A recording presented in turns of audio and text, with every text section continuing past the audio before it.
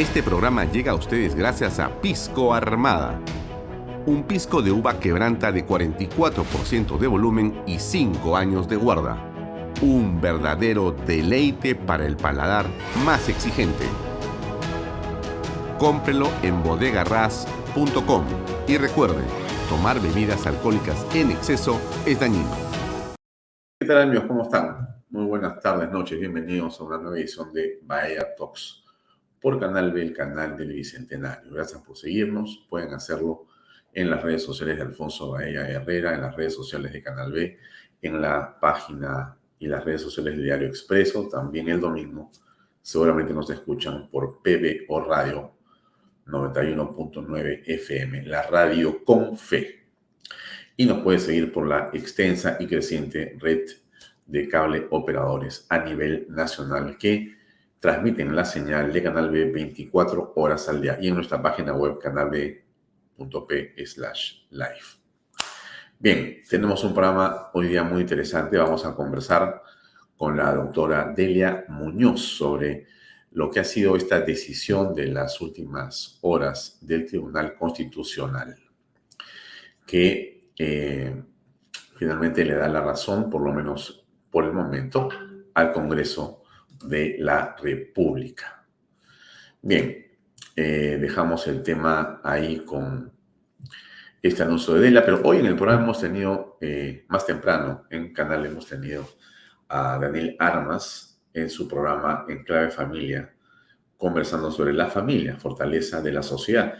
Una interesante conversación con Randy Brunello, que ha sido el invitado de Daniel, donde hay una interesante y, digamos, nutrida conversación en torno a los valores, los principios, las fortalezas y los recursos que tiene la familia para ser en realidad el soporte y el sostén en la sociedad, ¿no? La familia es el lugar en el cual nosotros nos recogemos, donde nos guarecemos, donde nos protegemos de las inclemencias de la sociedad, porque no es fácil vivir en un mundo donde hay permanente cambio, modificación y donde hay tantas situaciones que pueden ser complejas y difíciles de comprender o inclusive de poder resistir. Pero la familia siempre es un espacio al que uno recurre para poder recargar y salir adelante. Bueno, de eso habla hoy Daniel Armas con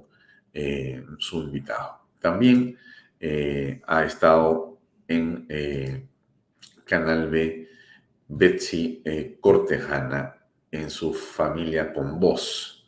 Y esta vez ha conversado con el presbítero y médico Augusto Meloni. La eutanasia en Ana Estrada, muerte digna, se pregunta en este programa, ¿no? ¿Qué es lo que significa la eutanasia? ¿Por qué es que habría que reflexionar sobre su aplicación o no libremente? Y ha estado más temprano, más cerca a nuestro programa, Fernando Sillonis, mejorando los servicios de salud pública en el país. Eso es su programa de la noticia del día. ¿Qué fue lo que dijo exactamente? A ver, escuchemos a Sillonis. Mejorando los servicios de salud pública en el país. Nada resulta más repulsivo, cruel e injusto que el maltrato de un médico o enfermera a una persona enferma o adolorida.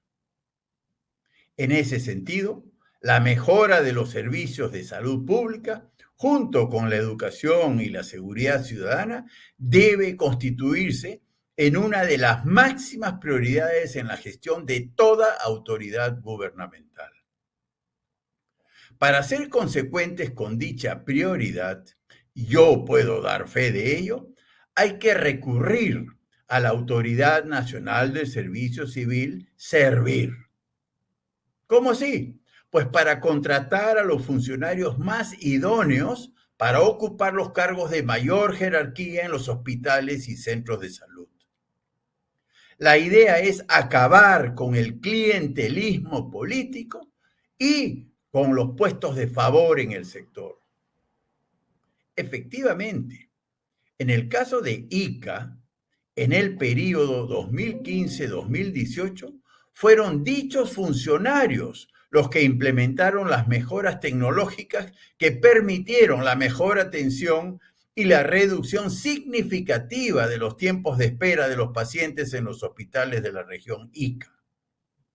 Ahora bien, todo ello se logró después de una lucha continua y desgastante contra la corrupción y la indolencia, tanto en la Dirección Regional de Salud de Ica como en los hospitales y centros de salud de la región.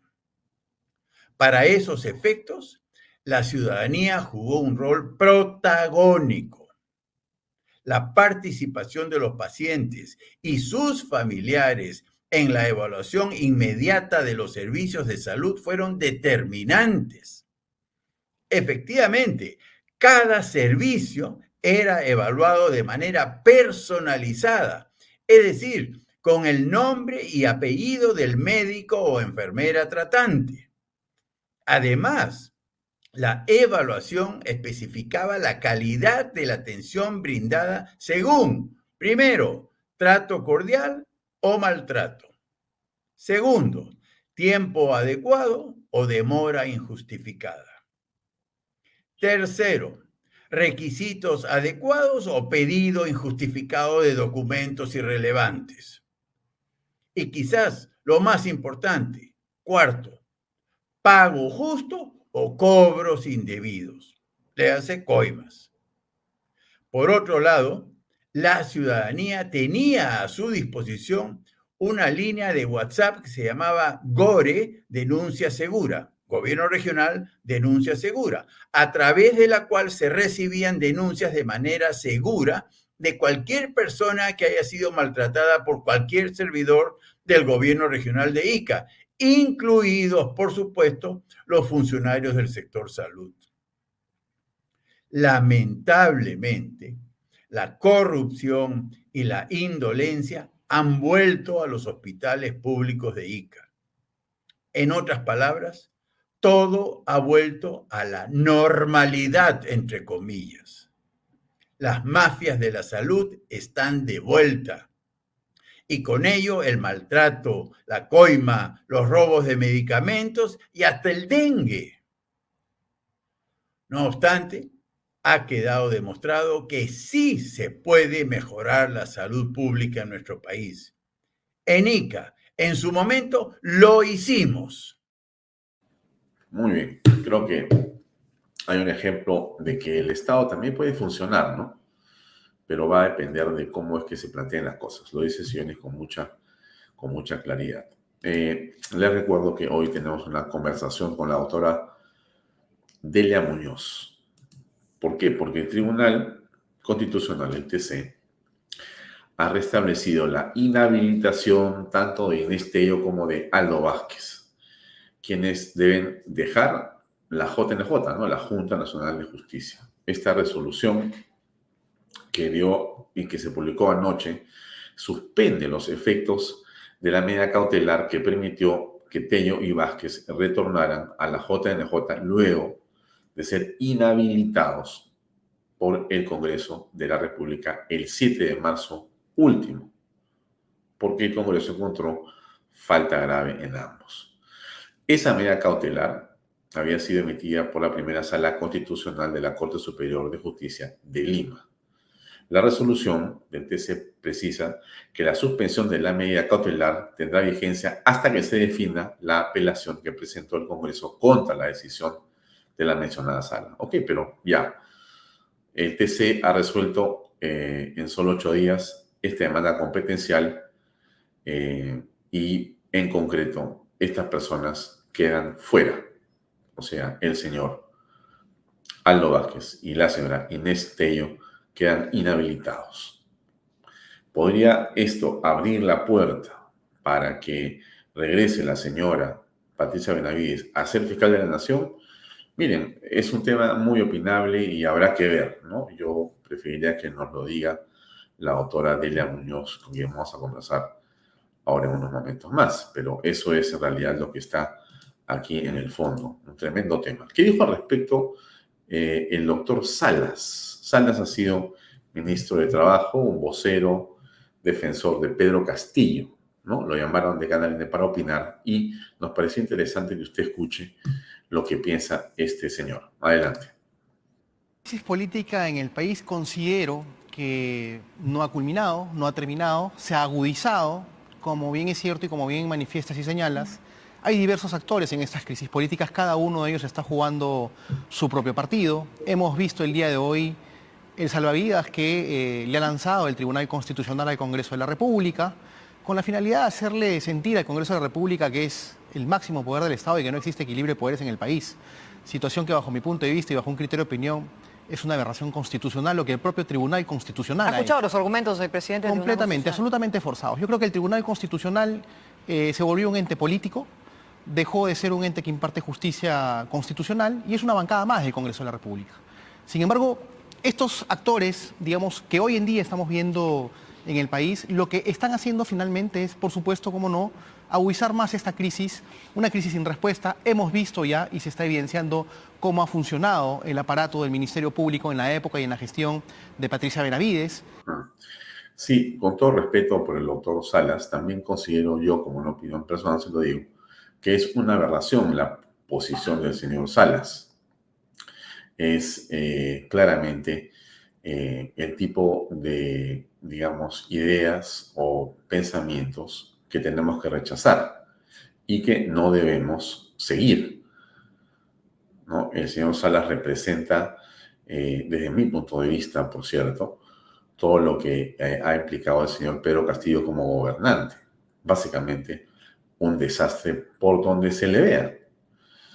No solamente por las calidades morales inexistentes, por la falta de integridad absoluta, sino por su amenaza permanente a lo que era la institucionalidad democrática, a la democracia, a los poderes del Estado, a la libertad y demás, fuera de los actos de corrupción y las corruptelas en las que ha estado metido con la peor estofa de sus colaboradores. Pero en realidad lo que hizo Pedro Castillo en el país fue un absoluto desastre.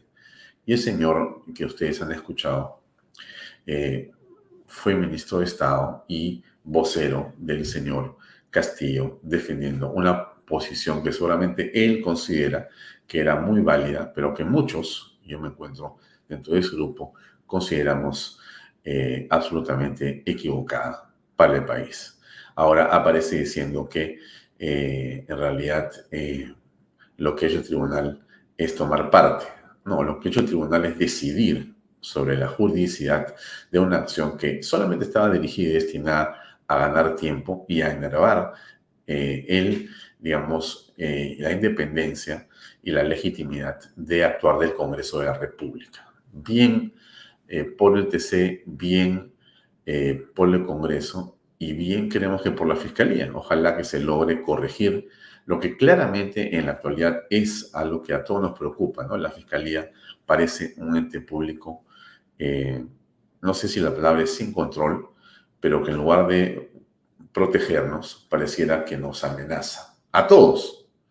Cualquiera que pudiera tener alguna significación y que se pone en el centro del interés de algunos fiscales termina siendo abolido por ellos. Qué peligroso en realidad lo que estamos comentando. ¿Qué dijo Agustín Laje respecto a los temas? Traigo a Agustín, que va cambiando de tema, porque me parece interesante de cuando en cuando escuchar lo que ocurre y cómo nos recuerda Agustín que hay una batalla más importante, ¿no? Que es la batalla de las ideas. Y frente a esa no hay que perder la compostura ni la atención. Ahora, ¿qué dijo Agustín? Escúchenme este minuto y medio, por favor, escuchen. Decir la verdad es peligroso. Hay una suerte de terrorismo ideológico en el cual la gente no se anima ni siquiera a decir que un hombre es un hombre y que una mujer es una mujer.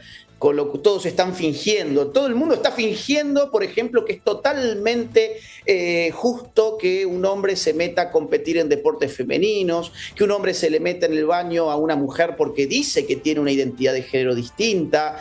Todo el mundo está tratando de disimular el hecho de que matar en el vientre materno a un ser humano que ya tiene 6 meses de gestación y que según la OMS incluso ya puede vivir fuera del útero materno es algo algo así como cortarse las uñas, estamos todos disimulando constantemente por el terror ideológico que se ha instalado, que es el terror ideológico de las izquierdas manejadas por las agendas globalistas. Entonces, que a mí me casquen por decir estas cosas, para mí es un motivo de orgullo, para mí es una medalla que me pongo en el pecho, así que ojalá que eso ocurra. Bueno, sí, a Agustín Laje lo han venido, o también circundando, ¿no? Lo han venido vigilando, le han empezado a hacer una serie de acciones en contra de sus contenidos en las redes sociales, porque es obvio que todavía existe un poder enorme en el mundo digital, donde están presentes bueno, los progresistas, etcétera, etcétera, etcétera, ¿no? Canal B, como usted sabe, tiene sus servidores en, digamos, el espacio, ¿no es cierto? En el ciberespacio, ¿no es cierto?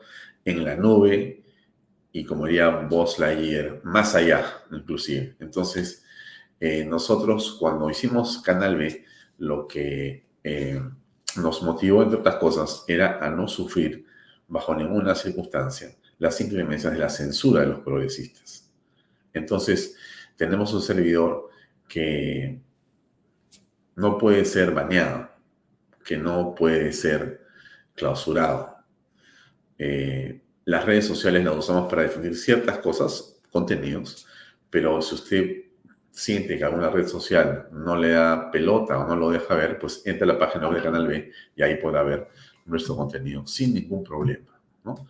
Creo que de eso se trata. Ahora, ¿qué dijo en su columna Óscar Becerra sobre esto del TC? Porque es importante lo que vamos a conversar ahora con la autora de La Muñoz, la decisión del TC. Pero ¿qué dijo Óscar Becerra? A ver, escuchemos por favor. Buen día, queridos amigos de Canal B. Hoy es un día interesante y tal vez una fecha infausta para la costra. El Tribunal Constitucional decidió poner orden en el despropósito de atentar contra las competencias del Congreso. Y es cierto que podemos estar descontentos con el Congreso, podemos sospechar que han habido hasta delitos en la Fiscalía de la Nación, pero eso no justifica que se pasen por alto los procesos constitucionalmente vigentes. Y no explica además por qué algunos reciben trato exprés y otros se pasan años, como es el caso de Vizcarra, de Gorriti, de Susana Villarán, sin que nadie los moleste ni los toque.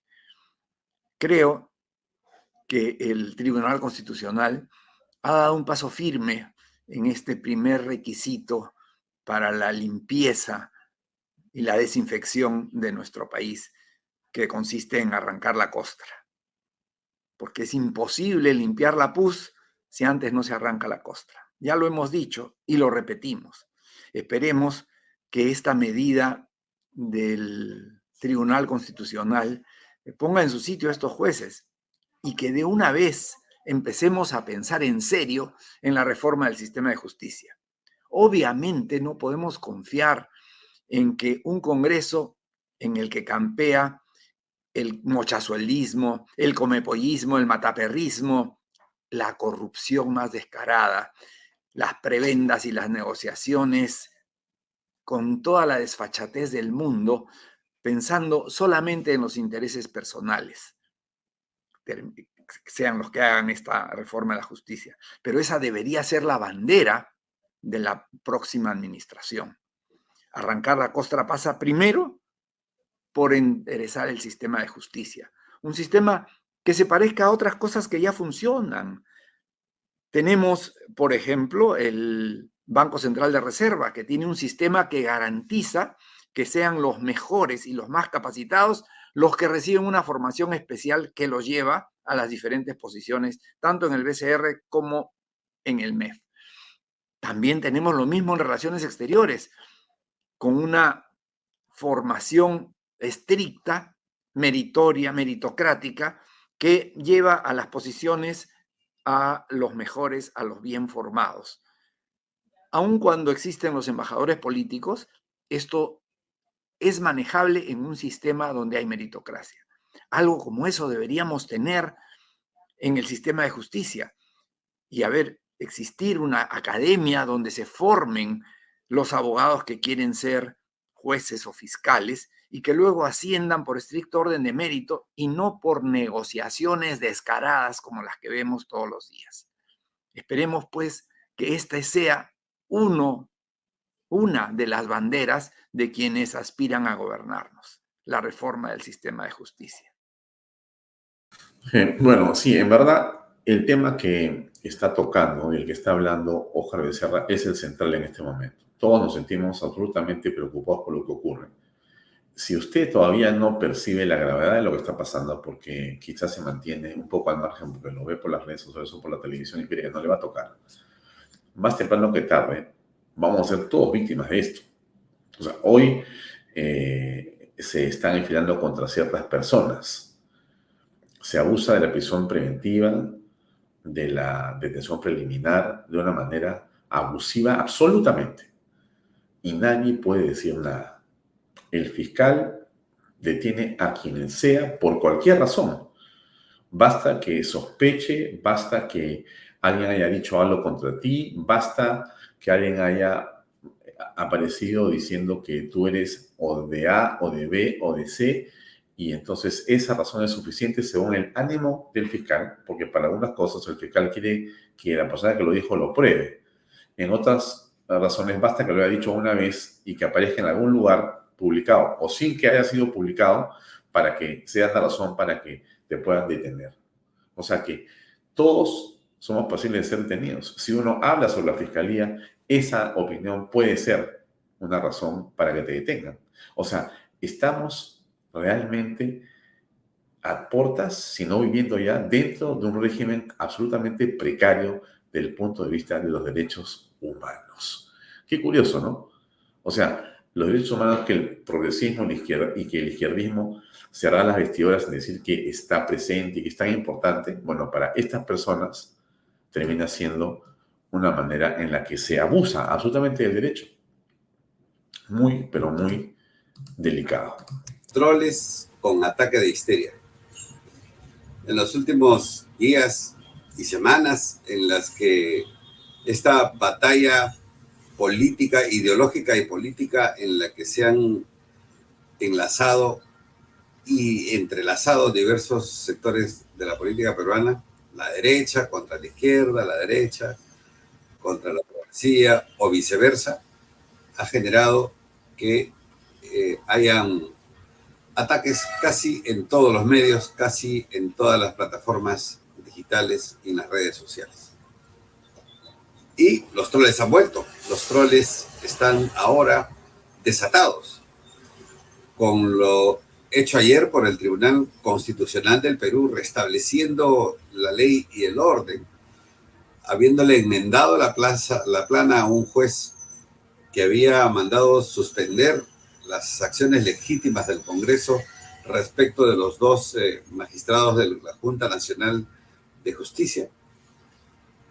Con este acto en la que se demuestra que hay un desmoronamiento del poder caviar en el Perú, los troles han salido en todas las plataformas. El ataque feroz contra esta decisión, el ataque que están haciendo a todos los que opinamos de manera contraria a ellos, viene con insultos, viene con diatribas, viene cargado de un barro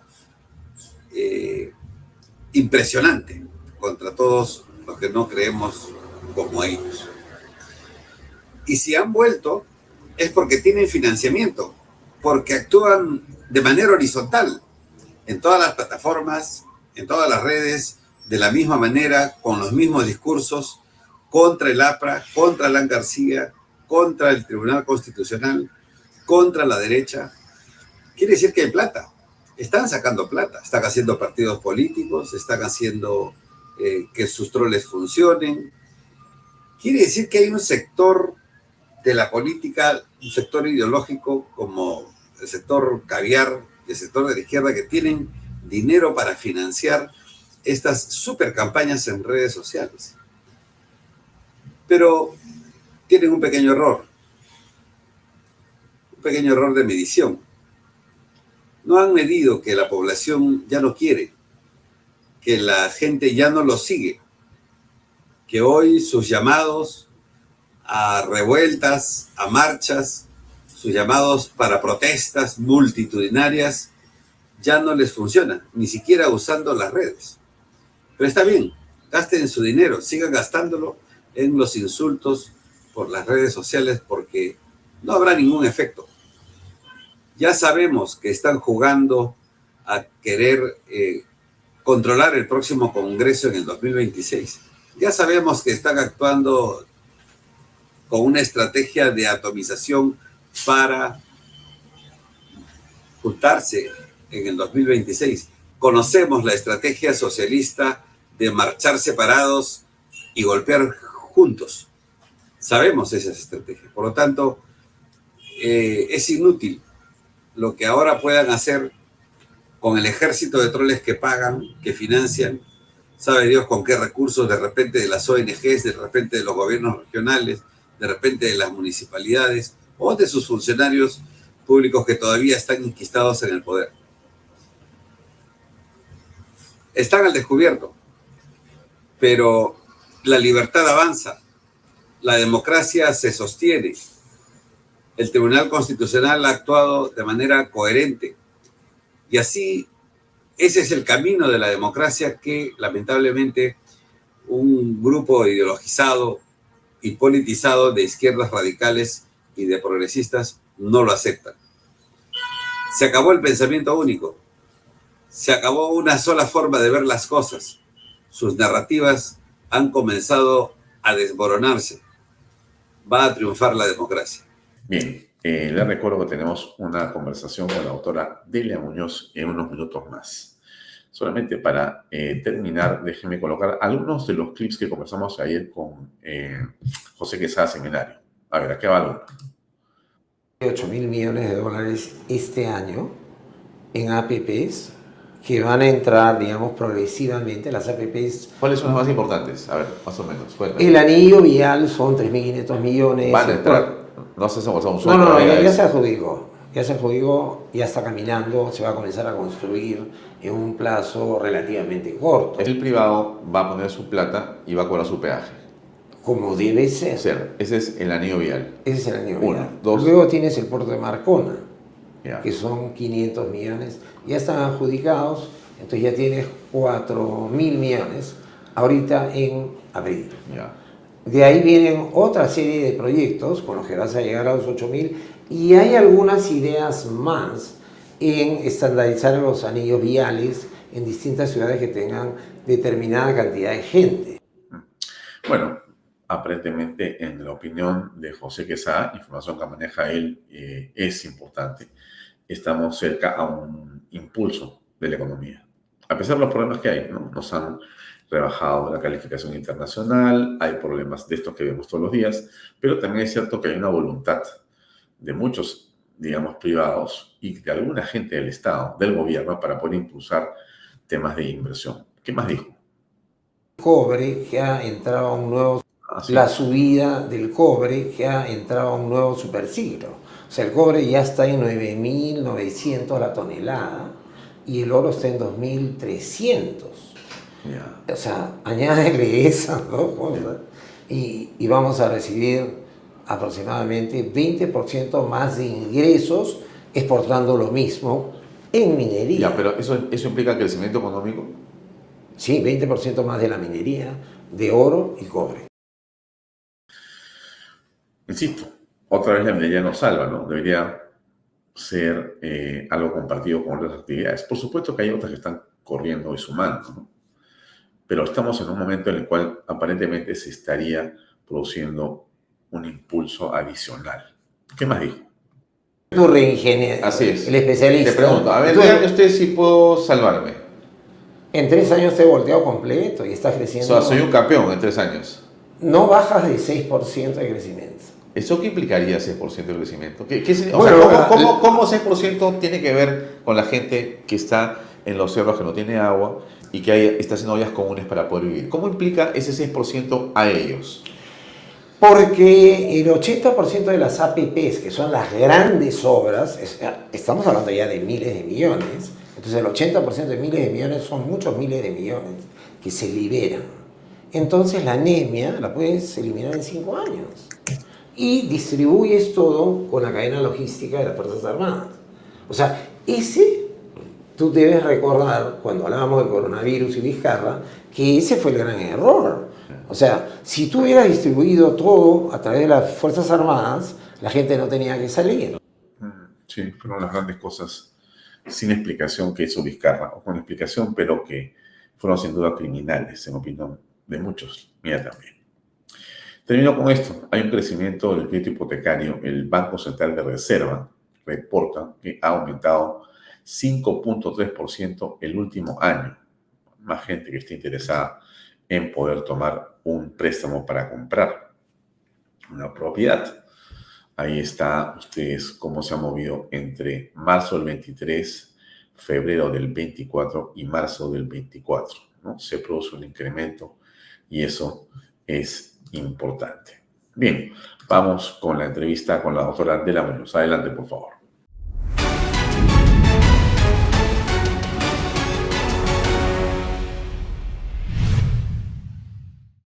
Bien, amigos, gracias por continuar conectados a Canal B.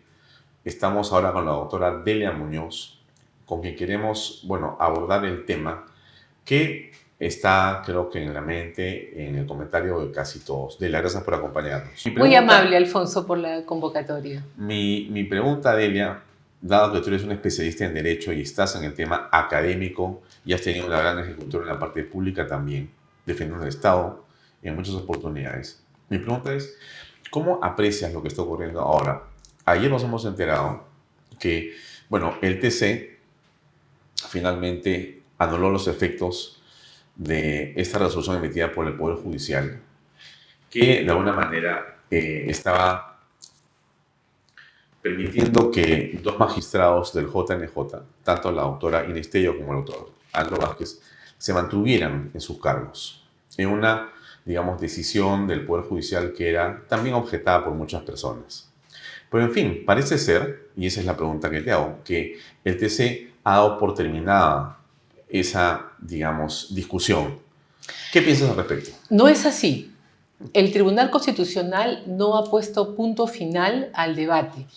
Esa es una cosa que se tiene que tener muy, muy presente. El tribunal lo que ha hecho es emitir un auto con una medida cautelar. De manera paralela, admite a trámite la demanda competencial. Esta resolución que ayer se conoció es una en la cual el Tribunal Constitucional suspende los efectos conferidos por un juez mediante una medida provisional y deja plenamente válida la decisión del Congreso hasta que la Sala Constitucional y Social de la Corte Suprema resuelva la apelación interpuesta por el Congreso en ese caso.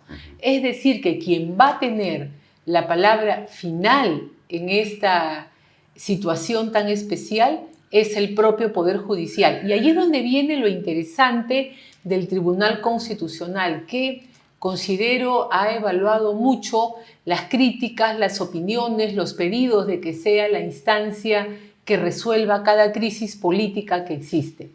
En primer lugar, lo que señala es de que si ellos vieran ese tema de carácter concreto de la vulneración, estarían yendo contra el espíritu de lo que es un proceso competencial, donde se analizan las competencias de funcionamiento de cada uno de los diferentes poderes y estamentos del Estado. En este caso, ellos consideran que esa decisión adoptada por el juez va contra una sentencia anterior que dictaron, en el cual reconocen las claras competencias del Congreso y que el Poder Judicial no puede inmiscuirse para menoscabar los procedimientos parlamentarios y mucho menos entrometerse en situaciones tan propias como las votaciones. Entonces el tribunal lo que dice es, este es un tema que se está discutiendo en un proceso judicial. Y yo no estoy aquí para resolver como instancia lo que el juez dispuso o no. Eso tiene que ser resuelto conforme mandan el ordenamiento jurídico por el propio Poder Judicial. Así que Corte Suprema, dispón tú cuál será la solución definitiva al fallo. Y luego agrega, ¿no? Que ¿por qué concede la medida cautelar?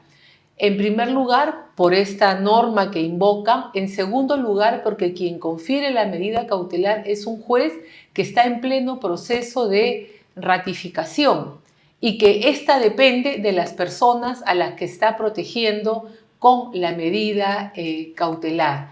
Entonces es bastante interesante lo que señala el tribunal en esta decisión que pone fuera de la Junta por el momento a los señores Tello y Vázquez. Y luego agrega allí finalmente con un raciocinio, ¿no? Que el proceso de amparo dura más que un proceso competencial que tiene un proceso breve. Sí, porque en el punto 2, efectivamente, lo que señala en esta resolución es que suspende los efectos de la resolución del 22 de marzo, dice, ¿no es cierto? Mediante una medida cautelar. Ahí queda. Pero en la 3, en el punto 3, dice algo que también es muy interesante. Dice, restablece la vigencia de la resolución 008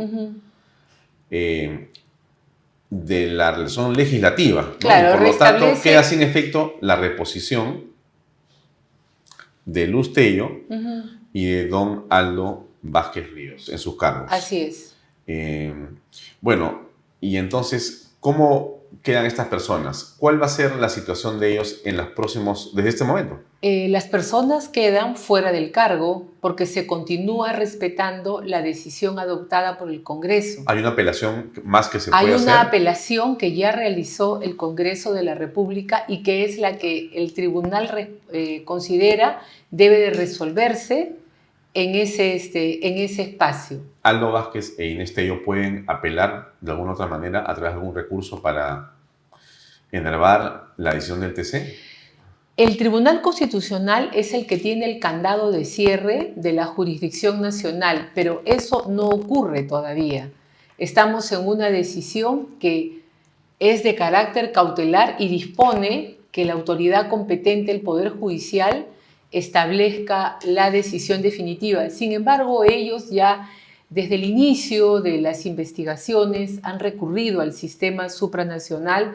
Es razonable prever que intenten algo fuera para dejar sin efecto las decisiones del Tribunal Constitucional, ¿no? Pero yo creo de que el tribunal hace muy bien en buscar de que se discutan estos temas en las instancias correspondientes, porque tenemos que aprender las personas que en algún momento los procesos terminan. En este momento el tribunal quedaría sin 2 miembros. La Junta Nacional de Justicia. Sin 2 miembros, ¿no es cierto? Pueden llamar a los accesitarios. ¿Y con eso es suficiente para continuar trabajando?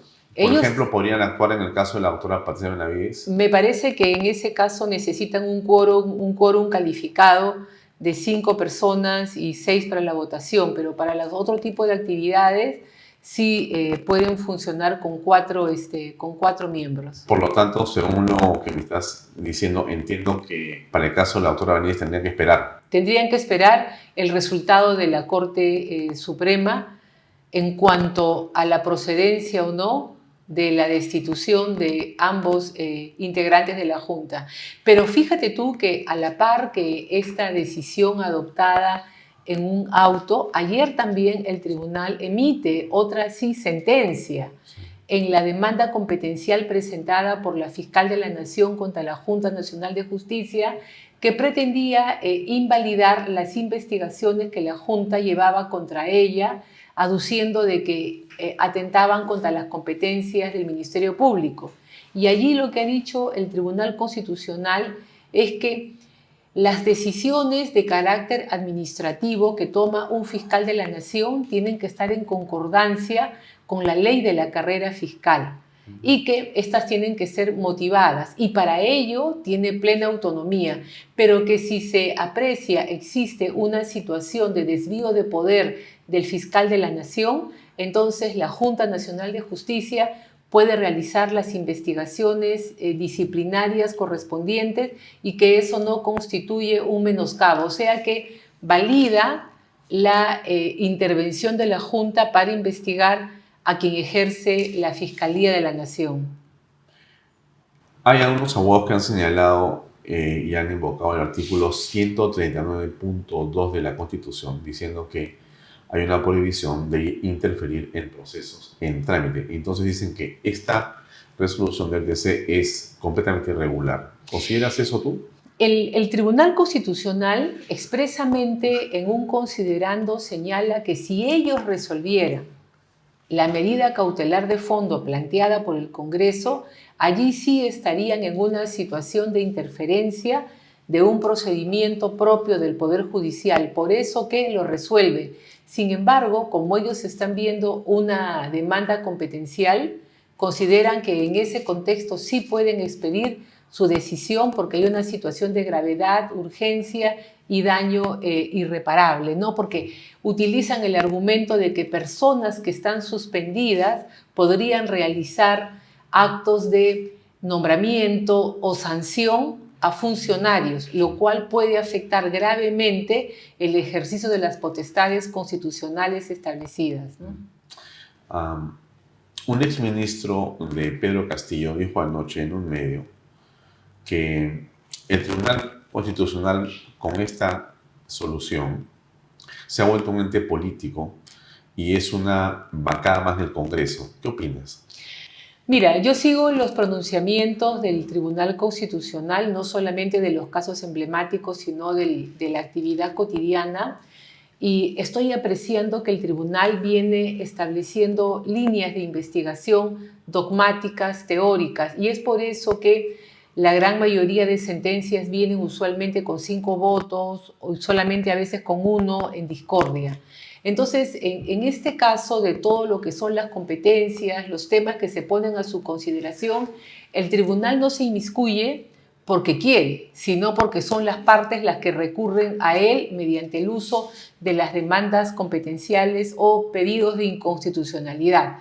Entonces, si tú te das cuenta, ayer el tribunal ha cuidado, ¿no? En una le confiere una medida cautelar al Congreso y en la otra sentencia reconoce las facultades de la Junta para poder continuar investigando a quien está al frente de la Fiscalía de la Nación. Entonces, precisamente yo considero, ¿no? Han emitido estas opiniones para ser un fiel de la balanza y que no los acusen de uno u otro lado. Ahora, en el anterior tribunal, la presidenta de ese entonces, ella sí señaló que se asumían como un Senado, ¿no? Entonces, más bien yo creo de que este tribunal está buscando establecer bases teóricas y lo estamos viendo en las decisiones que se están adoptando por consenso, ¿no? Incluso en los temas más complicados. ¿Te parece que el camino de la restitución de la doctora Patricia Benavides como fiscal de la Nación o como fiscal suprema está cerca? Tiene una sanción de suspensión de hasta 6 meses que vence en poco más de un mes. Y si no hay un pleno que pueda tomar una decisión sobre el proceso administrativo sancionador abierto contra ella, tendrá que retornar al cargo del cual fue suspendida. ¿Y qué crees que va a ocurrir tú, según tu experiencia? Allí va a ocurrir mucho desorden, ¿no?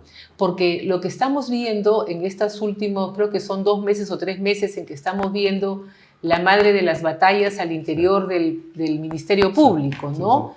Donde un señor se niega a asumir la presidencia porque tiene incompatibilidades, otros aparecen en audios, otras señoras salen a invocar venganza, daño. Entonces lo que estamos viendo allí es la madre de todas las batallas. Entonces los ciudadanos vemos con gran preocupación lo que está ocurriendo ahí.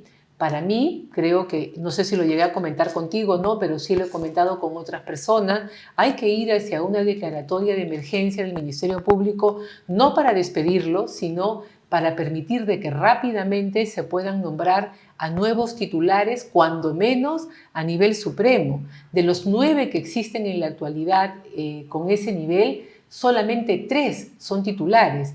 El resto son personas designadas por quien detenta la Fiscalía de la Nación. Entonces me imagino que cuando vuelva la señora Benavides al vencimiento del plazo de la suspensión, procederá a retirar a los que designó el actual señor Villena y continuaremos en este enfrentamiento en una institución del Estado que tiene uno de los más grandes poderes, porque la Fiscalía es la que representa a la nación y es la que ejerce la capacidad sancionatoria.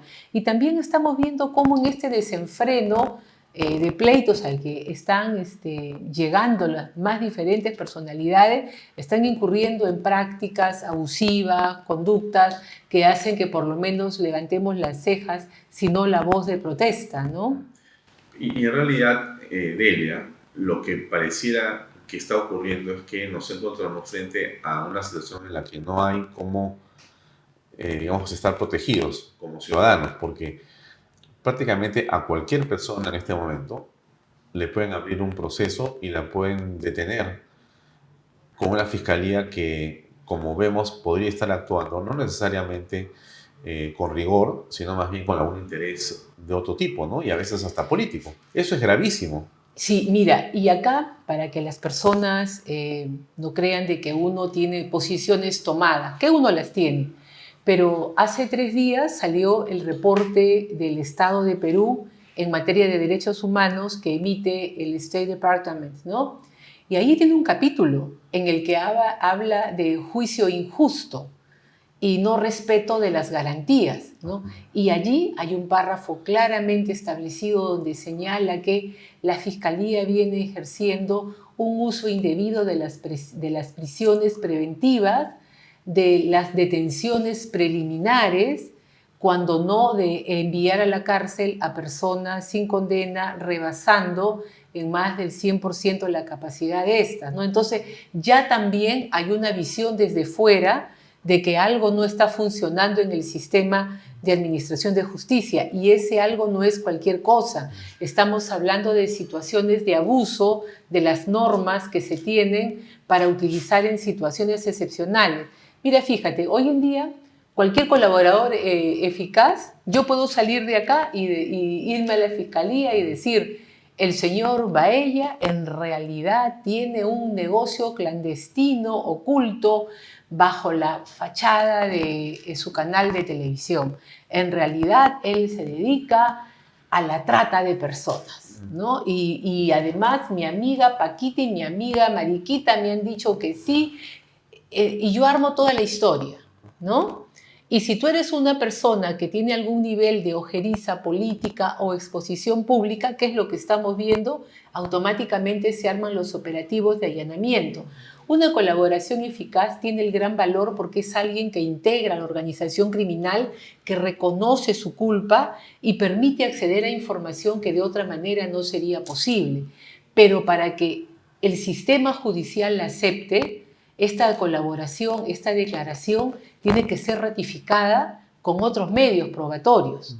Lo establece no solamente la norma, sino los plenos que ha emitido el Poder Judicial. Lo que estamos viendo es que viene la colaboración eficaz, además se vulneran otros derechos, Alfonso, porque la investigación preliminar es totalmente reservada. ¿Por qué? Porque tengo que cautelar tu honor, tu nombre, tu presunción de inocencia. Todo sale a la luz pública, sale a todos los medios. Los allanamientos, las investigaciones preliminares se realizan bajo los focos de la prensa. En consecuencia, estás rompiendo la protección de derechos fundamentales que tenemos todas las personas, amén de que la propia fiscalía o policía hace públicos las fotos de las personas en paños menores, en ropa de dormir, en situaciones que a nadie nos gustaría sean exhibidas en forma pública. Siendo que no eres culpable. Y eso es una afectación a tu imagen personal, a tu honor, que se agrava porque atenta contra el derecho de presunción de inocencia. A mí me parece que este es el momento de levantar la voz y hacer conocer nuestra protesta en torno a este uso abusivo. La Fiscalía tiene todo el derecho de investigar, puede hacerlo. Por eso el Código dice que la investigación preliminar es reservada, es secreta. ¿Para qué? Para cautelar los derechos de quienes estamos involucrados en ese tipo de situaciones. Bueno, hay un hecho que es grave al que tú te has hecho referencia y que estamos empezando a ver como cotidiano, siendo en extremo sorprendente en el Perú. Tan pronto se inicia una investigación fiscal, hay ciertos medios que reciben parte de las carpetas de investigación y cuando se produce un allanamiento, por ejemplo, o se produce una detención, las fotografías y los videos aparecen según el medio y la preferencia automáticamente. Esto, entiendo yo, y corrígeme por favor, no es posible, es un delito. Pero no existe ningún tipo de investigación, ningún tipo de cuidado sobre el tema, porque se está, digamos, señalando que es un derecho de la prensa y que no tiene que revelar sus fuentes. Pero todo hace indicar, Delia, que esas fuentes podrían ser o vendrían del propio Ministerio Público. Vamos a separar en ¿Cómo dos. es eso? Dejemos por un lado el tema de las fuentes y vayamos a la conducta que no está permitida. No nos vayamos a convertir en delito todo. Primero quedémonos en el ámbito de lo que dice la norma. La norma dice que todo lo que es la investigación preliminar es de carácter reservado. ¿Quién es el que tiene la obligación de cautelar que se cumpla con esa disposición? La persona que tiene a cargo esa función, ¿no es cierto? Vamos a poner un ejemplo. Nosotros, como periodistas, abogados, también los médicos, los ministros religiosos, tenemos la obligación del secreto profesional. Si a mí un cliente me confía algo en el ámbito de la sentencia, yo tengo la obligación de mantener lo que me dice en silencio. Lo mismo tú, como periodista, cuando accedes a eso, tienes la obligación de mantener reserva sobre quién te lo dijo y cómo te lo dijo, ¿no? Entonces, ¿quién es el obligado? El que conduce la investigación. Es el que tiene que tomar todas las medidas para que se cumpla con el mandato que está establecido en las más diferentes normas. En consecuencia, si hay una filtración, es la persona que está a cargo la que tiene que responder por ella, ¿no? Ahora, en el tema del periodista que accede mediante el uso de fuentes a esa información, esa es otra historia. Tú al periodista no lo puedes tocar porque él tiene la protección de no revelar, de no declarar quiénes son sus fuentes. Con el periodista es zampa y me salvo, ¿no? El tema es quién permite la información, quién permite la filtración y peor aún si entrega la información. Porque esa es la persona que tiene la obligación de cautela. O sea que, a ver, yo te pregunto lo siguiente. Yo soy un periodista y el secreto o la reserva de información permite que yo reciba la información de una fuente como el Ministerio Público que me la está filtrando y yo sé que él es el Ministerio Público, sé que está cometiendo un delito dándome la información, pero la recibo yo y la publico. Entonces queda, como es una reserva de información, no hay delito de por medio. Yo no soy cómplice. El periodista, ni el abogado, ni el sacerdote, ni los funcionarios de la salud van a estar obligados a revelar sus fuentes o a revelar información. El Código Procesal Penal te trae una prescripción expresa para el tema de los periodistas, ¿no? Entonces, allí tú estás completamente a salvo. Y esto es en todo el mundo. Sí. Tú que eres un hombre que sigue las historias periodísticas, recordarás el caso de la periodista Miller del New York Times hace 15 años, en el 2005, cuando se niega a entregarle al juez las fuentes de quién le había revelado los secretos del FBI. Y el juez no la compele, le dice muy bien, pero la sanciona por desacato y pasa 80 días en prisión, ¿no? Entonces hay este precedente del respeto de las fuentes. Lo que está mal es que la fiscalía o la policía concurra a estos actos como los que vengo viendo yo con espanto en los últimos meses. Por ejemplo, ¿no? Hemos visto el allanamiento al señor Vizcarra, ¿ya? Y al señor Vizcarra, como él saca una foto ya cambiado y peinado, dando a entender una situación determinada, la fiscalía o la policía dice, no ha sido así, lo hemos encontrado de esta manera, y sacan su foto en pijama. Esa es una cuestión humillante. La investigación de la que él está siendo objeto no conlleva el trato inhumano o degradante, ¿no? También recordemos, hace unos años llegan a una casa y ponchan a la esposa del intervenido en bata, en ropa de dormir? ¿Qué tiene que exponerse la imagen de esa persona? ¿No? Lo que hemos visto también en esta última semana, a un señor que lo exponen en ropa interior, ¿no? Eso está mal. Eso está mal y eso hay que decirlo. Que claro, que yo entiendo que como noticia, que sí que estamos allí y que van con los medios, eso está mal. Eso tenemos nosotros que hacer que cambie, ¿no? ¿Por qué? Porque la investigación es totalmente reservada en su fase preliminar. ¿Qué cosa es público? Cuando ya vamos al juzgamiento, cuando ya la Fiscalía ha establecido que tiene indicios de culpabilidad, que tiene pruebas que demuestran cierto accionar, formula la denuncia y el juicio mismo, es público. Ese tiene que ser público. Pero regreso a tu argumento, a tu citación, a tu referencia a la ley y al procedimiento. Está bien, ¿no? El abogado, el sacerdote, el periodista, en el caso del periodista, tiene estas fuentes que puede mantener en reserva porque la ley lo faculta. Pero se produce un hecho que es muy curioso, Delia. Porque entonces hay, o podrían haber, vamos a dejarlo en esa posibilidad, podrían haber facciones dentro del Ministerio Público que tienen preferencia por ciertos medios y sabiendo que no puede haber investigación en torno a quién le entregó la fuente, siempre se le entreguen a un determinado o determinada periodista.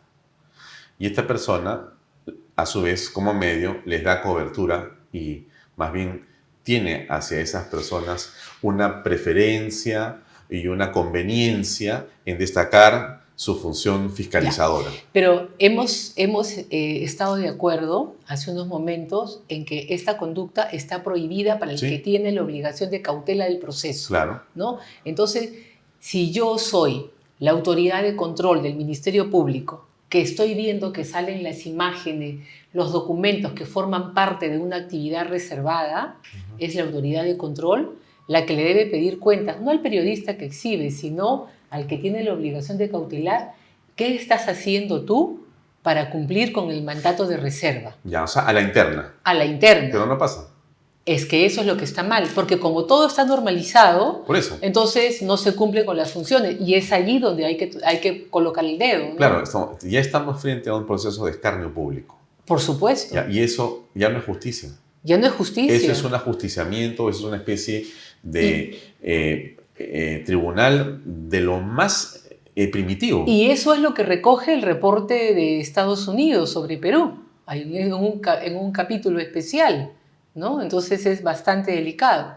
O sea, nos encontramos, insisto, regreso a mi primera o inicial pregunta sobre este tema, ¿no? Nos encontramos frente a un hecho que es gravísimo, pero que se ha normalizado. Así es. Y frente a eso, me parece que todos lo miran como si fuera algo que debe ocurrir. No, no debe de ocurrir, porque son tus derechos fundamentales. Todo el mundo lo mira muy bien porque le está pasando a otro. De repente al que están interviniendo pues te cae mal. Sí. Y entonces, ya bien, ya le tocó. Porque además hay otra historia. Ante la falta de grandes juicios públicos donde se discuta la culpabilidad o no de los grandes casos que se vienen investigando, entonces la población viene asumiendo que el allanamiento y la prisión preventiva son las penas, es la punición que la sociedad le coloca a ese culpable. Sí. Entonces hay esa distorsión que se ha generado a nivel de las personas. Incluso tú puedes ver en los titulares de las noticias, solo le impusieron 9 meses de prisión preventiva, la población está molesta, solo le impusieron 4 meses. Entonces, cuando la prisión preventiva es solamente una medida cautelar para evitar de que la persona no responda ante el proceso y que además debe ser de última ratio, ¿no? Entonces, esas cosas son las inadecuadas. Ahora, has hablado tú de una reforma del Ministerio Público como un tema urgente, estructural. Como un tema urgente. Ya. ¿Quién tiene que hacerla? Las reformas se hacen por ley y la tiene que dictar el Congreso, ¿no? El Ministerio Público solamente puede dictar protocolos, medidas de carácter interno, podría tener un ánimo de mejora, Pero volvemos a las otras manifestaciones, que ellos están en la madre de todas las batallas en este momento, al interior, por el control del Ministerio Público. Entonces tienes que traer gente de fuera, tienes que nombrar a esos fiscales nuevos que vengan como titulares para que ayuden a gobernar esa institución. Pero aquí en realidad el Congreso no puede ya ni acercarse a la Fiscalía, porque la Fiscalía tiene investigados a la mitad de los congresistas. Bueno, pero el Congreso tiene las potestades de dictar las normas, esas no están en cuestionamiento, y mientras el Congreso esté en funciones, por más poca legitimidad que tenga, por menos la aceptación popular de la que goce, tiene que continuar cumpliendo con sus funciones, ¿no? O sea, ¿tú estarías de acuerdo en que el Congreso vaya a fondo con una reforma del Ministerio Público? El Congreso no. El Congreso tiene que respetar no se puede inmiscuir el Congreso, ¿no? Pero el Congreso puede dictar la norma. Yo estaría por una norma. ¿Por qué?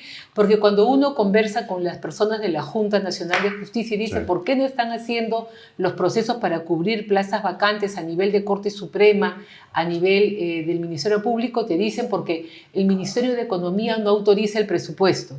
Entonces, ese tipo de medidas tienen que ser autorizadas, tienen que ser promovidas, ¿no?, por una norma que permita esta habilitación y que también te permita contar con un proceso muy rápido para poder llevar a estas altas instancias a nuevas autoridades.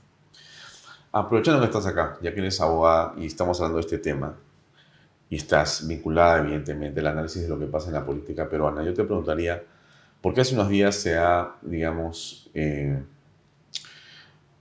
conversado mucho sobre la muerte del presidente Alan García, sobre la situación en la que se llegó o se llevó a este hombre posiblemente al extremo del suicidio? Y se ha señalado que se le cercó o se le presionó o se le condujo a un acto como ese, ¿no? Y se dice que fiscales estuvieron y algunos periodistas o medios posiblemente inmiscuidos en este tema. ¿Qué piensas al respecto? Mira, yo creo en el derecho a la verdad como el fundamento de uno de los funcionamientos de la sociedad. Para mí, más allá de si es delito, una decisión personal, lo que fuera, me parece que en un caso de un expresidente que se suicida con policía a 3 metros, tendría que ser investigado, no necesariamente para encontrar sanciones y mandar a la gente a la cárcel, porque eso puede ser muy complicado, pero sí para poder establecer qué cosa es lo que pasó, por qué en una actividad de allanamiento como la que te he señalado, que debe ser reservada, estaban los medios de comunicación, por qué no se cumplió con el protocolo de inteligencia de la policía que dispone que toda intervención tiene que ser grabada y con audio, ¿no? Por todas esas cuestiones que ocurren antes del allanamiento y las situaciones, recordar esta situación de una supuesta grabación, chuponeo desde cercano a la casa, que llegó la policía. En días anteriores. En días anteriores, ¿no? Yo creo que en base al derecho a la verdad, los ciudadanos tenemos la necesidad de conocer realmente lo que ocurrió, porque daña mucho todas estas historias de que lo empujaron o las otras historias de que se habría fugado. Ambas generan un daño a nuestra sociedad, ¿no? ¿Y a ti te parecería correcto lo que han propuesto desde el Congreso, que es hacer una comisión investigadora para saber qué pasó en verdad? Sí, claro, el Congreso tiene facultades para tener comisiones investigadoras sobre temas que para la sociedad son relevantes. Entonces, podríamos estar asistiendo, Delia, según nuestra conversación, de hecho que si alguien nos escucha en el extranjero, seguramente se ha redactado parte del informe de derechos humanos a que te refieres tú, dirá claramente, escuchen esa conversación, estamos diciendo lo que está pasando y en esa conversación está claramente establecido que hay un problema en el Perú con el Ministerio Público. Y entramos a un proceso electoral, estamos lentamente caminando hacia el 26, por lo menos como fecha predecible o presumible.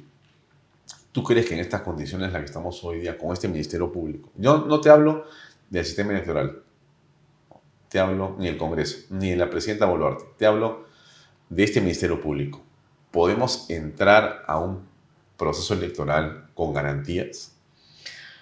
Con mucho temor habrá que transitar por esa ruta, pero en este momento el Ministerio Público no nos genera mayor confianza, ¿no? Todos estamos muy preocupados porque cualquier cosa que digas, incluso esta crítica que tú y yo estamos haciendo dentro del ámbito de libertad de expresión, puede ser vista como un ataque, como un faltamiento, como un presunto delito, ¿no? O sea que mañana podríamos, en virtud de esta conversación, ser pasibles de una investigación, a ver si estamos en contra de alguien o de algo. En la última resolución que he leído, dice de que por sacar un reportaje en que se ataca a alguien, eso lo consideran como válido para disponer un allanamiento, ¿no? Sí. Entonces, esa mala redacción de ese punto, sin fundamentar la decisión, es lo que en mí ha motivado toda esta reacción.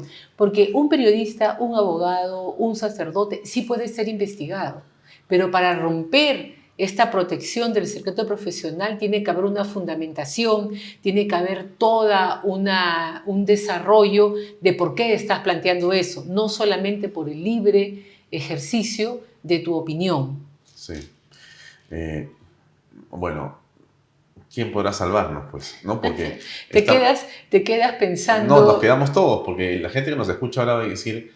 Oye, bien interesante la conversación, pero me quedo peor que cuando comenzaron. No. Estamos asustados ahora. ¿Quién podrá salvarnos? En primer lugar, hay una cosa que se llama la reacción ciudadana.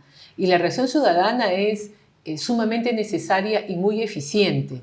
Y muchas veces es escuchada por las más diferentes instancias de toma de decisiones. Y yo creo que la de poner en orden la actuación del fiscal al momento de las investigaciones preliminares, es absolutamente esencial. Y eso es algo muy fácil de hacer, con que el fiscal de la Nación les recuerde a los fiscales cuáles son sus atribuciones, sus funciones y las obligaciones que tiene, y el órgano de control también que comience a actuar, ¿no? Entonces, por ahí son cosas que ellos pueden hacer muy fácilmente de adentro. Pero tú no aprecias también que dentro de la Fiscalía existen como intocables.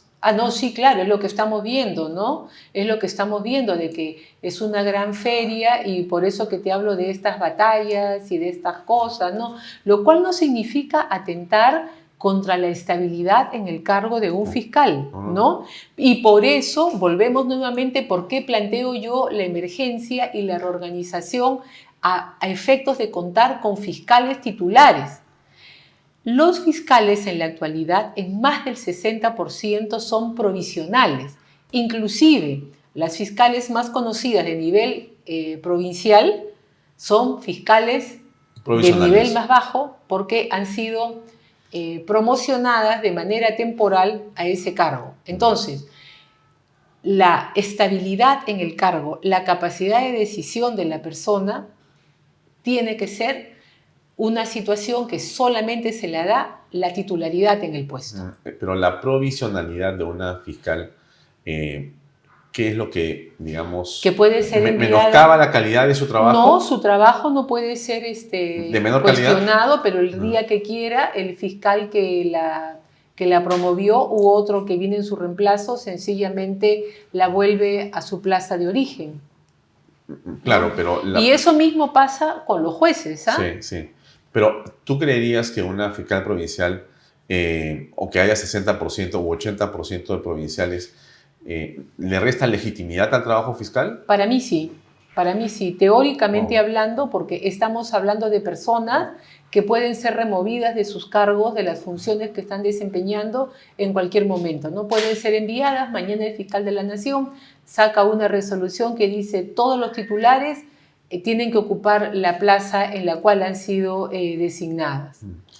Ahora, para ir terminando, mi pregunta era, ¿tú aprecias o has observado que en las últimas semanas el foco de atención de los medios estuvo recargado sobre el tema de la Presidenta de la República y sus relojes o las alhajas que habían sido compradas o tomadas en préstamo, y que todo, digamos, el aparato periodístico nacional se dedicó casi de manera exclusiva y excluyente a hablar de eso, dejando otros temas de lado? ¿Y eso te parece, digamos, que en el peso informativo No te digo que tú seas un especialista en la información, porque no eres periodista, pero sí te lo pregunto como una persona que está vinculada a la actividad pública por tus opiniones y por tu trabajo en general al ser profesora, al ser una persona vinculada al derecho. ¿Cómo aprecias como ciudadana eso? ¿Te Mira, ha parecido sospechoso o está bien? lo que ocurre es que en un país pobre, ¿no? La exposición de la vanidad y del lujo es algo que ofende, ¿no? Y que llama poderosamente la atención.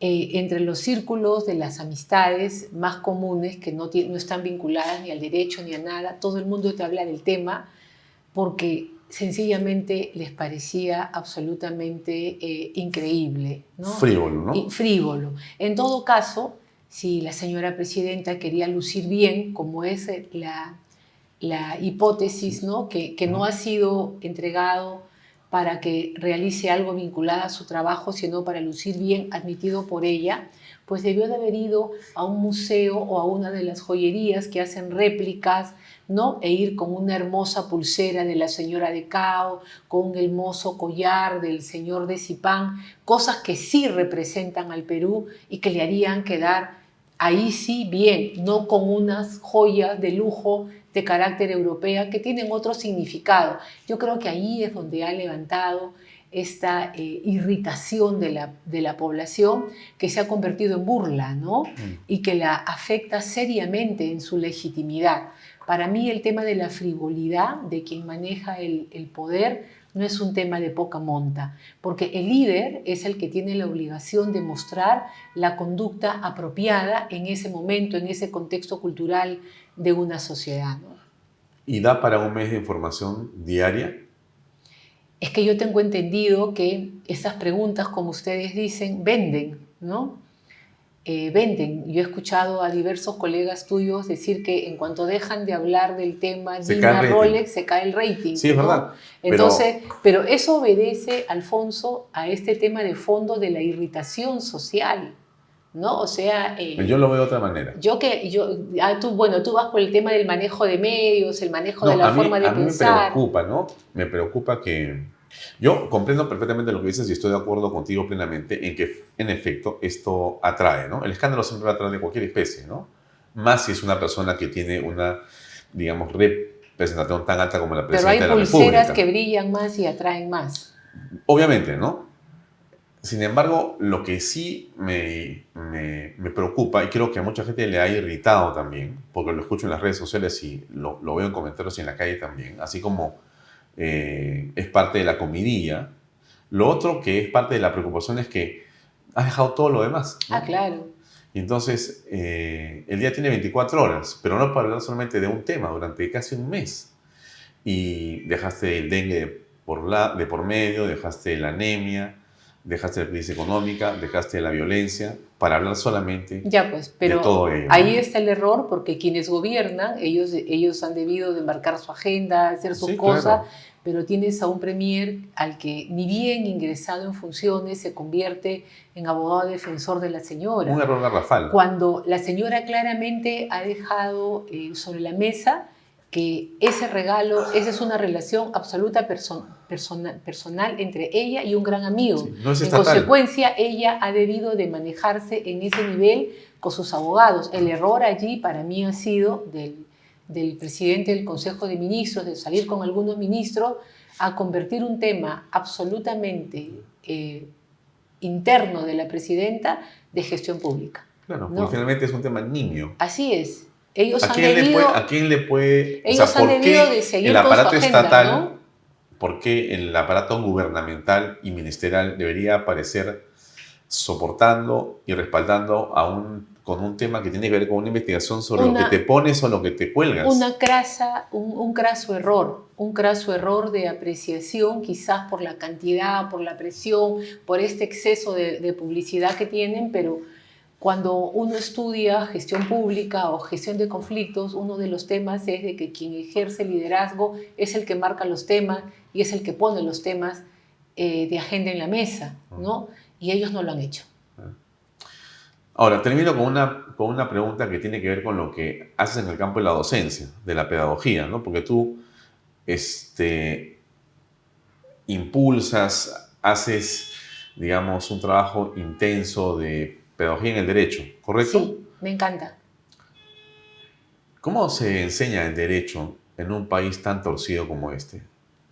Mira, la esperanza que tú tienes es que los jóvenes son el futuro del país. Nosotros somos parte del 10% de la población. ¿Quiénes nosotros? Nosotros, los que estamos por encima de los 55 o 50 años. Correcto. Luego, sí, el país está conformado esencialmente por jóvenes de 18 a 35 años, ¿no? Entonces, cuando tú enseñas en pregrado, y yo he estado enseñando en los últimos años en pregrado a jóvenes de procedencia de sectores populares. Sí. Y tú no sabes lo agradable que es el nivel de recepción que ellos tienen cuando uno conversa de cosas principistas, cuando uno les muestra cómo está funcionando el mundo, que el derecho no funciona como necesariamente está operando en el Perú. Entonces, cuando tú escuchas las preguntas que te hacen, tú puedes tener las clases magistrales con la maravilla de la tecnología, con universidades de diferentes partes del mundo. Tú sientes que vas avanzando, y más aún cuando los jóvenes estudiantes te dicen que quieren ingresar al sector público para hacer cambiar las cosas, ¿no? Entonces, eso es muy gratificante y te da esperanza. Pero también mi pregunta va por el tema de que casi todo en el país es informal, ¿no? Claro. Y la informalidad implica pasar sobre el derecho y más bien sobre las cosas al margen de la ley, porque la ley no te ayuda, ¿no? En algunos casos está hecho para complicar o como espacio de corrupción. A propósito está hecho cierto reglamento o cierta permisología para que alguien medre ahí tratando de ganar ventajas si es funcionario público. Entonces la gente dice, este Estado de derecho, ¿no? No me sirve. Entonces aparecen pues las opciones en las que la gente con alguna razón, no le falta la justificación, dice, esto no está funcionando, este Estado no está funcionando, ¿qué hacemos ahí? Claro, es que si no retomamos las pautas del Estado de Derecho y la sociedad democrática, lo que viene en las próximas elecciones probablemente sea el caos y la anarquía y la apuesta por opciones que sean absolutamente demoledoras, ¿no? Absolutamente demoledoras. Entonces, está en nuestras manos actuar con responsabilidad. Y el tema de la informalidad es un asunto muy, muy serio que sencillamente se ha dejado de lado. Si las personas no están cumpliendo la ley, ¿es culpa de la persona o culpa de la ley? Muchas veces es culpa de la ley. Las normas que tenemos son realmente dificilísimas de cumplir. Tú que tienes un negocio formal, tienes que haber sacado 700 licencias, ¿no? Entonces, y el problema está en que otras personas tienen su canal de YouTube, tienen, igual que tú, salen sin ninguna licencia. Entonces, ¿cuál es el problema? De repente es la ley, la que nosotros hemos impuesto, la que es una ley muchas veces copiada, fuera de foco, que no tiene sentido o que está pensada para una realidad con unas características distintas. Entonces allí hay que entrar a hablar del cambio de modelo en la regulación. O sea, ahora, por ejemplo, hay un proyecto de ley en que la Contraloría General de la República propone que todos aquellos que contratan con el Estado tengan la condición de funcionarios públicos. Entonces, esa norma es absurda, ¿no? Entonces, tú tienes un contrato con el MIDIS para que vayas a hacerle un video sobre protección de niños, te conviertes en funcionario público. Y por lo tanto, entran uno que si cometes un delito, está todo regulado, tienes que hacer declaración de bienes, declaración de intereses, tienes que cumplir una serie de pautas, entonces es una locura. ¿Y eso por qué cosa es? Porque la fiscalización previa, el órgano de control interno no funciona, etc. Entonces, ¿qué manera va? Y se dan leyes. Y de esa manera somos un país de miles y miles de leyes. Para mí, yo votaría en el siguiente proceso electoral por quien diga que va al Congreso, pero que no va a dar ninguna ley, sino de que más bien va a buscar derogar a la gran mayoría que genera trabas para el funcionamiento del país. Pues has terminado con un gran proyecto político, sin querer queriendo, porque sería pues Delia al poder con menos leyes, ¿no? Eso sería, ¿no es cierto? ¿Cómo le quitamos simplificamos el tema, ¿no? Así es, dele al poder de su cátedra para pedir una reforma con pies de realidad, ¿no? En el tema de informalidad estoy hace más de 20, 22 años, uno de mis grandes temas de interés. Es la informalidad. Y la regulación. Cuando yo comencé a interesarme, cuando yo me interesé en el tema, estábamos en una sociedad que bordeaba el 50% de informalidad. Y era un montón. Hoy en día, con todas las cosas, estamos en el 80%, ¿no? Y seguimos creciendo. Y seguimos creciendo, con lo cual tienes mucho que reflexionar y que pensar. Leila, gracias por acompañarnos. Muy amable. A ti, Alfonso. Amigos, eso es todo por hoy. Nos vemos hasta la próxima semana. Buen fin de semana, buenas noches. Este programa llega a ustedes gracias a Pisco Armada. Un pisco de uva quebranta de 44% de volumen y 5 años de guarda. Un verdadero deleite para el paladar más exigente. Cómprelo en bodegarras.com y recuerde, tomar bebidas alcohólicas en exceso es dañino.